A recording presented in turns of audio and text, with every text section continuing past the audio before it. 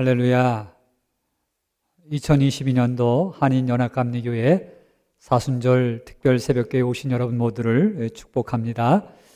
오늘 주신 하나님의 말씀은 마가복음 1장 1절로 8절까지 있는 말씀입니다. 하나님의 아들 예수 그리스도의 복음의 시작이라. 선지자 이사야의 글에 보라, 내가 내 사자를 내 앞에 보내노니 그가 내 길을 준비하리라. 광야에 외치는 자의 소리가 있어 이르되 너희는 주의 길을 준비하라. 그의 오실 길을 곧게 하라. 기록된 것과 같이 세례 요한이 광야에 이르러 죄 사함을 받게 하는 회개의 세례를 전파하니 온 유대 지방과 예루살렘 사람이 다 나아가 자기 죄를 자복하고 요단강에서 그에게 세례를 받더라. 요한은 낙타털 옷을 입고 허리에 가죽띠를 띠고 메뚜기와 석청을 먹더라. 그가 전파하여 이르되 나보다 능력 많으신 이가 내 뒤에 오시나니 나는 굽혀 그의 신발끈을 풀기도 감당하지 못하겠노라. 나는 너희에게 물로 세례를 베풀었거니와 그는 너희에게 성령으로 세례를 베푸시리라. 아멘. 이는 하나님의 말씀이었습니다. 함께 기도하시겠습니다. 주님, 오늘도 새 생명을 주셔서 아침을 맞이하게 하심을 감사드립니다. 오늘 주님의 모습을 닮아가고자 말씀을 들으려고 하오니 진리의 성령께서 우리의 영을 조명하여 주셔서 주님의 말씀으로 새롭게 우리를 세워나게 하여 주옵소서. 예수 그리스도의 이름으로 간절히 기도드리옵나이다. 아멘. 지난 시간까지 출애굽기를 통해서 함께 은혜를 나눴습니다. 오늘부터는 마가복음을 통해서 주님의 음성을 듣고 함께 은혜를 갖는 시간을 갖도록 하겠습니다. 마가복음을 일컬어서 종의 복음이라 그렇게 지칭합니다. 왜냐하면 하나님의 뜻을 온전히 순종하시는 예수님의 그 사역을 중심으로 해서 기록해 놓았기 때문입니다. 그래서 공간복음서인 마태복음에서 예수의 족보를 소개하고 또 누가복음에서 예수님의 수태고지를 소개하는 서론적인 이야기가 나오는데 그 모든 것들을 생략하고 예수님의 공생의 준비의 활동이 마가복음 1장부터 소개되고 있습니다. 오늘 말씀은 예수님께서 공생애를 시작하기 직전에 그 길을 예비하는 세례 요한의 이야기로 문을 엽니다. 일단 세례 요한의 이야기를 이해하기 위해서는 우리는 두 가지 배경을 보아야 합니다. 첫째는 문화적인 배경입니다. 고대 동방 군주라든가 왕들이 어떤 지역으로 행차를 하게 될 때는 반드시 선발대가 파견이 되어서 그 앞길을 예비했습니다. 길에 장애가 있으면 그 장애를 제거하게 되고요. 또 광야를 갈 때면은 그 광야에 세기를 내고 잘 다듬어서 이 왕의 길이 순탄하도록 또 가서 행하는 모든 일들이 순조롭게 잘 이루어지도록 그렇게 잘 예비했다고 하는 것입니다. 이는 우리나라 조선시대에도 있었던 것 같아요. 왕이 조상의 묘를 방문하는 어가 행렬이라든가 또 미리 이 지역을 이렇게 순방하려고 행차를 하게 되면은 이 대신들이 나가서 그 길들을 잘 닦아놓고 그리고 장애되는 것들을 제거하는 그런 일들을 했다고 하는 것입니다. 자, 이와 같은 문화적인 맥락을 함께 생각하면서 이 세례 요한의 사역도 마찬가지였다라고 하는 것입니다. 예수님은 이 땅에 오신 온 인류의 구세주였습니다. 하늘로부터 이 땅에 오신 메시아였고 그리고 왕 중에 왕이셨습니다. 그러므로 그런 왕을 잘 맞이하고 그 왕의 길을 잘 가도록 그렇게 예비해 줘야 되는데 선발대가 필요한 거죠. 그 선발대, 그 예배자가 누구였느냐? 다름 아닌 세례 요한이었다라고 하는 것입니다. 또 하나 세례 요한의 사역은 구약적인 배경이 있음을 우리는 깨달아야 됩니다. 구약은 메시아가 오실 것에 대해서 여러 군데 예언해 놓았습니다. 뿐만 아니라 메시아에 앞서서 그 길을 예비하는 자가 있을 것을 예고해 놓았습니다. 그래서 오늘 마가 저자는 이사야의 글과 말라기의 말씀을 근거로 해서 세례 요한을 소개해주고 있는 것입니다. 이사야 40장 3절에 있는 말씀에 가서 보면 외치는 자의 소리여 이르되 너희는 광야에서 여호와의 길을 예비하라 사막에서 우리 하나님의 대로를 평탄하게 하라. 또 말라기 3장 1절에 있는 말씀 보면 만군의 여호와가 이르노나 보라 내가 내 사자를 보내리니 그가 내 앞에서 길을 준비할 것이요 또 너희가 구하는 바 주가 갑자기 그의 성전에 임하리니 곧 너희가 사모하는 바 언약의 사자가 임할 것이라 라는 말씀을 인용해 주고 있습니다. 즉 세례 요한은요 구약의 예언을 따라 하나님의 사역을 준비하며 사람들로 하여금 예수님을 제대로 맞이하도록 준비하는 선지자였음을 밝혀주고 있는 것입니다. 따라서 이 땅에 메시아를 맞이하는 사람들은요 이 땅에 하늘로부터 오시는 그 예수님을 왕 중의 왕으로 내 삶 속에 잘 맞이하고 그리고 충만한 은혜의 세계를 경험하기 위해서는 또한 생명의 그 세계를 담기 위해서는 무엇보다도 하나님께서 보내주신 이 세례 요한의 메시지를 잘 듣고 영적으로 준비해야 된다는 것입니다. 자, 그렇다면 오늘 세례 요한이 전해준 그 영적인 준비라고 하는 것은 어떤 것일까요? 무엇을 준비해야만 우리가 왕 되신 예수님, 메시아, 우리의 구원자이신 그분과의 접촉이 일어나고 또 그분의 인도하심을 받고 그분으로 충만해지며 생명이 충만한 그런 신앙생활을 하게 될까라고 하는 것입니다. 오늘 세례 요한은 마가복음 1장 4절에서 분명하게 외치고 있습니다. 세례 요한이 광야에 이르러 죄사함을 받게 하는 회개 세례를 전파하니, 즉 회개의 세례를 받는 것이 영적인 준비임을 분명하게 해두고 있는 것입니다. 여러분, 회개의 세례라고 하는 것, 이것이 무엇입니까? 이는 히라보로다가 밥티스마 메타노이아라고 그렇게 연결해서 쓰고 있습니다. 이 두 단어는요 너무나도 중요한, 너무나도 근본이 되는 우리 신앙생활에 가장 기초가 되는 그러한 영적인 단어임을 기억하게 됩니다. 먼저 회개라고 하는 것은 메타노이아스라고 그렇게 사용이 되고 있는데, 그것은 가던 길에서 완전히 돌이킨다 하는 뜻을 가지고 있습니다. 영적으로 말하자면 우리가 세상적으로 살고 내 멋대로 살고 함부로 살고 죄 가운데 살던 우리의 삶을 완전히 돌이켜서 주님께로 향한다라고 하는 그런 의미를 지니고 있는 것입니다. 종전까지는 내 방식대로 살았지만 이제는 주님의 방식대로 주님의 길을 따라서 산다라고 하는 것을 말해주고 있는 것입니다.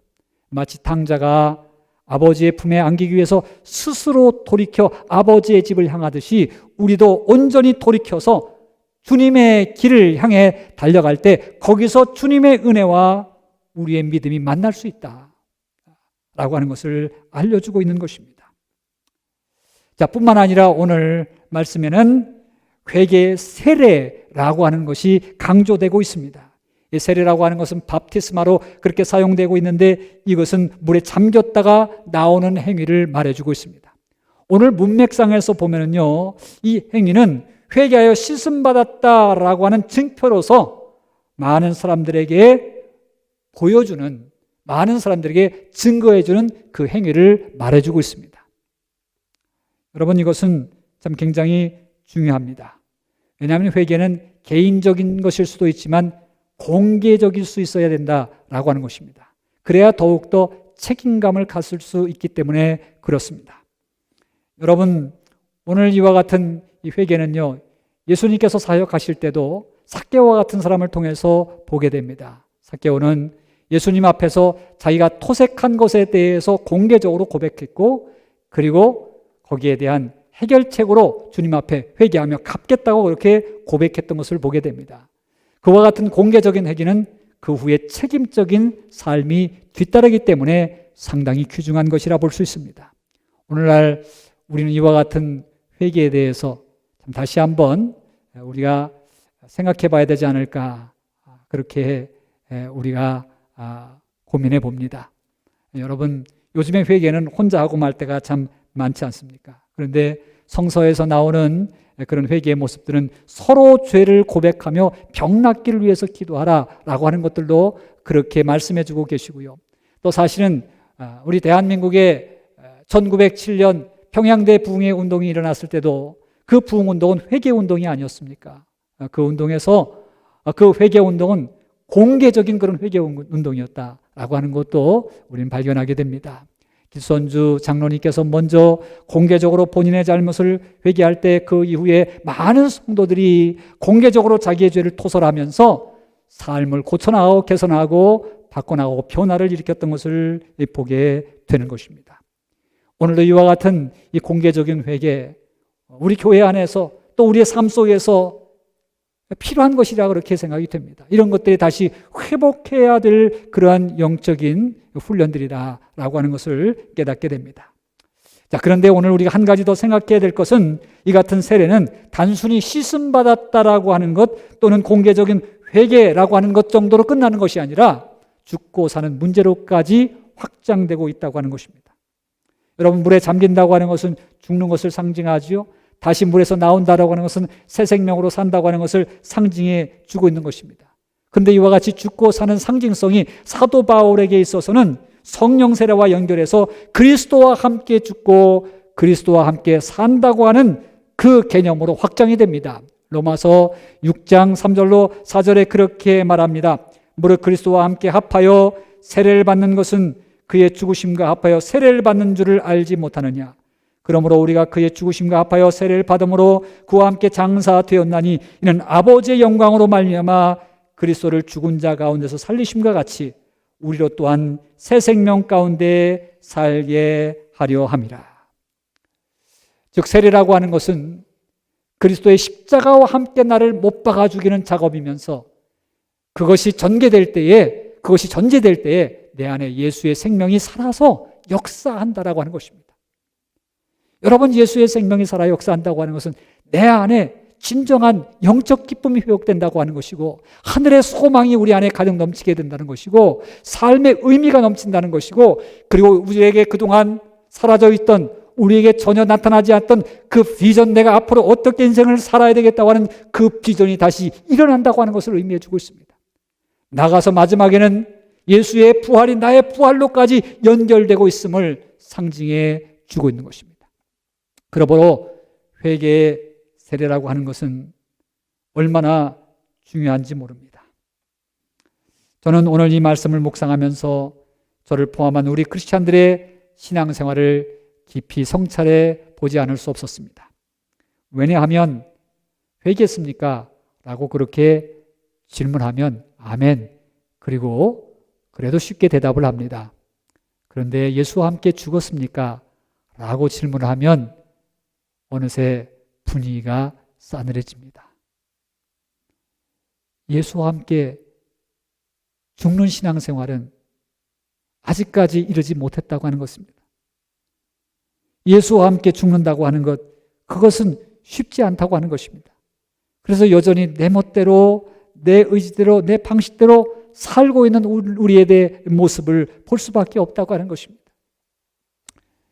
저는 몇 년 전 한 세미나에 갔다가 뜻하지 않은 그런 경험을 했습니다. 저를 위해 준비한 관 속에 들어가는 그런 경험이었습니다. 미리 죽음을 경험하는 프로그램이었는데요. 진행하시는 분이 저를 관 앞으로 인도하더니 사망 선고를 내리셨습니다. 사망 선고가 떨어지자마자 저는 관 속에 들어가야만 했습니다. 비록 모의관이지만은 참 만감이 교체되었습니다. 생각이 복잡해졌습니다. 일단 관 속에 들어가자 저는 짧은 시간이었지만 고통이 왔습니다. 어둠에 대한 고통이었고 숨이 막혔습니다. 또 폐쇄공포증 같은 것이 몰려왔습니다. 참 죽는 거 쉽지 않구나. 죽는 게 이렇게 두렵고 어렵구나 라고 하는 거 느끼게 되었고요. 또 하나는 관 속에서의 묵상이었습니다. 사람이 죽으면 어떤 상태로 있는 것일까? 일단은 말을 할 수가 없습니다. 말이 없습니다. 죽은 사람은 말이 없는 것입니다. 죽은 사람은 또한 제 뜻대로 살 수가 없습니다. 죽은 사람은 욕심 부릴 수가 없고 자랑할 수 없고 누군가가 인정받는 데 집착할 수 없습니다. 죽은 사람은 편안한 것에 안주하려고 하지 못하고 죽은 사람은 자기 고집대로 부리면서 살아갈 수 있는 존재가 아니라고 하는 것입니다. 죽은 사람은요, 온전히 살아있는 사람들에게 모든 것을 다 맡깁니다. 자기의 몸 전체, 자기가 어떻게 될지에 대해서, 자기 시신이 어떻게 처리해야 될지에 대해서 살아있는 사람에게 다 맡기는 것입니다. 이것을 영적으로 생각해 보면 우리가 죽었다고 하는 것은 영원한 생명이신 예수님 앞에 우리 모두의 전생애를 다 맡기는 것이 다름 아닌 예수 아래 죽는 것이다 라고 하는 것을 깨닫게 됩니다. 모든 것을 다 맡기는 것입니다. 나의 모든 전부를 예수 앞에 맡기는 것이 예수 안에서 죽는 것입니다. 예수 안에서 세례받는 것입니다. 회개의 세례를 받는 것입니다. 그런데 그렇게 살지 못하니까 우리는 예수님 쫓아간다고, 예수님 믿는다고, 예수님 앞에서 회개했다고 하면서도 우리는 여전히 하고 싶은 말, 내 감정, 내 고집, 내 열기, 그리고 내 편리, 내 뜻대로 다 하면서 살고 싶은 것들이 계속해서 불뚝불뚝 일어나는 것입니다. 심지어는 하나님의 말씀을 따라 살아야 될 우리들이 하나님의 말씀을 나에게 맞추어서 아전인수격으로 적용시킬 때가 있습니다. 이번에 푸틴이 하나의 좋은 사례가 아닐까 그렇게 생각이 되어집니다. 지난 18일 모스크바 누즈니키 스타디움에서 푸틴은 연설을 했습니다. 그때 그는 요한복음 15장 13절의 말씀을 인용해서 친구를 위하여 목숨을 버리면 이보다 더 큰 사랑이 없느니라 라고 그렇게 연설에 인용을 해주고 있었는데요. 우크라이나 전쟁에 나간 군인들을 지원하는 말로 전쟁을 합리화했습니다. 자기의 생각을 합리화시키기 위해서, 전쟁을 합리화시키기 위해서 하나님의 말씀을 끌어들였던 것입니다.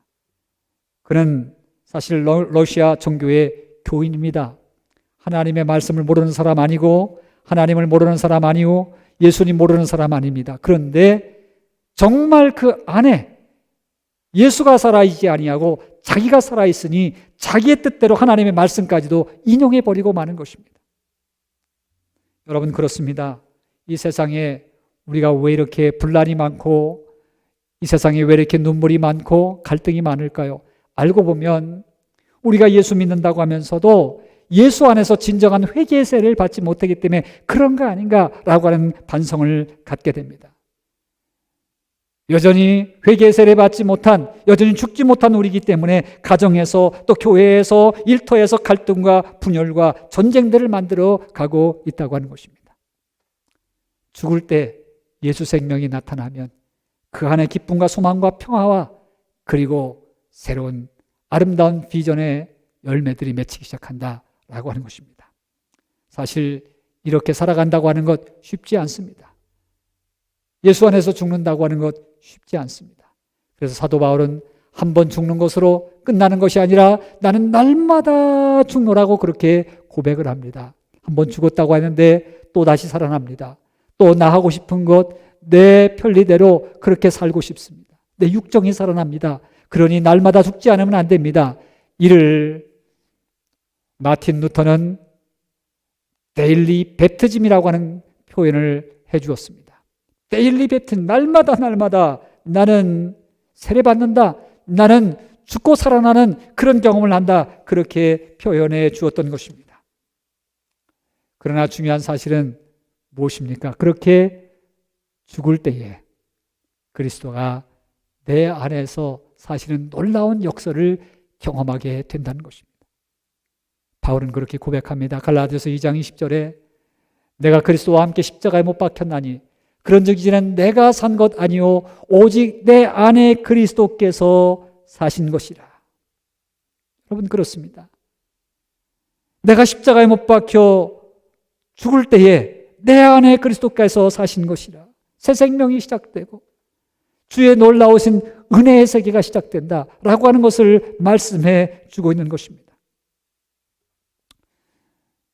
저는 최근 우리 연합감리교회에 계시는 목사님들로부터 여러 가지 좋은 소식들을 많이 듣게 됩니다. 그동안에는 나 중심으로 또 내 방식으로 기도해 왔는데 요즘에는 예수의 이름을 붙들고 예수님의 방식대로 기도를 하면서 놀라운 역사를 경험한다라고 하는 간증들이 있었습니다. 얼마 전에 카리스마 리바이벌이라고 하는 그런 모임을 가졌는데 거기서 우리 목사님들이 함께 공부하고 또 영적으로 훈련하면서 또 주님의 방법대로 기도해 보자고 하는 운동이 일어났는데 그것을 교회에 적용하면서 많은 성도들이 치유받고 또 성령의 강한 임재가 있다고 하는 소식들을 함께 듣고 있습니다. 저는 몇몇 교회뿐 아니라 우리 연합감리교회에 있는 모든 교회들이 또 모든 성도들이 이와 같은 은혜가 함께 공유되고 함께 체험되기를 소망합니다. 저와 더불어서 모든 우리 하나님의 백성들이 이와 같은 하나님의 은혜, 예수 생명이 함께 우리 가운데 경험되는 그런 시간들이 됐으면 좋겠다라고 하는 그런 바람이 있습니다. 예수님께서 분명히 말씀하셨습니다. 내가 진실로 진실로 너희에게 이르노니 한 알의 밀알이 땅에 떨어져 죽지 아니하면 하늘 그대로 있고 죽으면 많은 열매를 맺느니라. 요한복음 12장 24절에서 그렇게 말씀해 주셨습니다. 우리가 예수 안에서 하늘의 밀알처럼 썩어질 때 그 안에서는 예수님께서 많은 열매로 우리에게 보상하시겠다고 하는 약속을 해주고 계시는 것입니다. 사순절 예수님의 생애를 묵상하며 십자가 없이는 부활도 없다라고 하는 진리를 붙잡게 됩니다. 진정한 회개의 세례, 그리스도와 함께 죽음까지 가는 회개의 세례가 있을 때 우리 안에는 예수의 생명이 더욱더 충만해지고 예수의 이름으로 승리하는 그런 미래의 시간들이 계속해서 열려갈 줄로 믿습니다.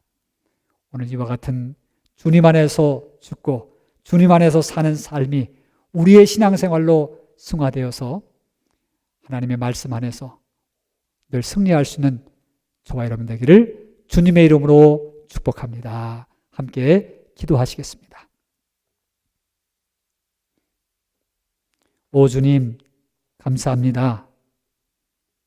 저희들 주님을 믿는다고 하고 또 주님 안에서 회개하고 새롭게 됐다고 하지만 여전히 죽지 못하여서 내 성격, 내 감정, 내 이기적인 욕심이 불뚝불뚝 나올 때가 얼마나 많은지 모릅니다.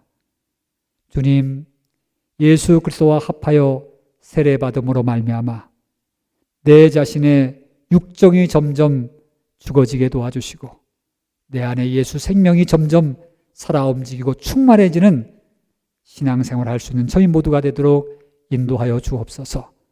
하나님, 어두워져가는 세상 우리가 무엇으로 밝힐 수 있겠습니까? 우리 안에 들어있는 예수 생명, 성령의 충만함, 성령의 능력으로 세상을 변화시켜 갈 수 있는 줄로 믿사오니 우리에게 오늘도 갑절의 은혜를 주시옵소서. 나는 죽고 예수로 살 수 있는 그 은혜가 우리에게 드리워지도록 인도하여 주옵소서. 그리하여 가정이 살고 교회가 살고 나라와 민족이 사는 예수님의 계절이 임하는 그런 역사가 일어나게 도와주옵소서. 거룩하신 예수 그리스도를 받들어 간절히 기도드리옵나이다. 아멘.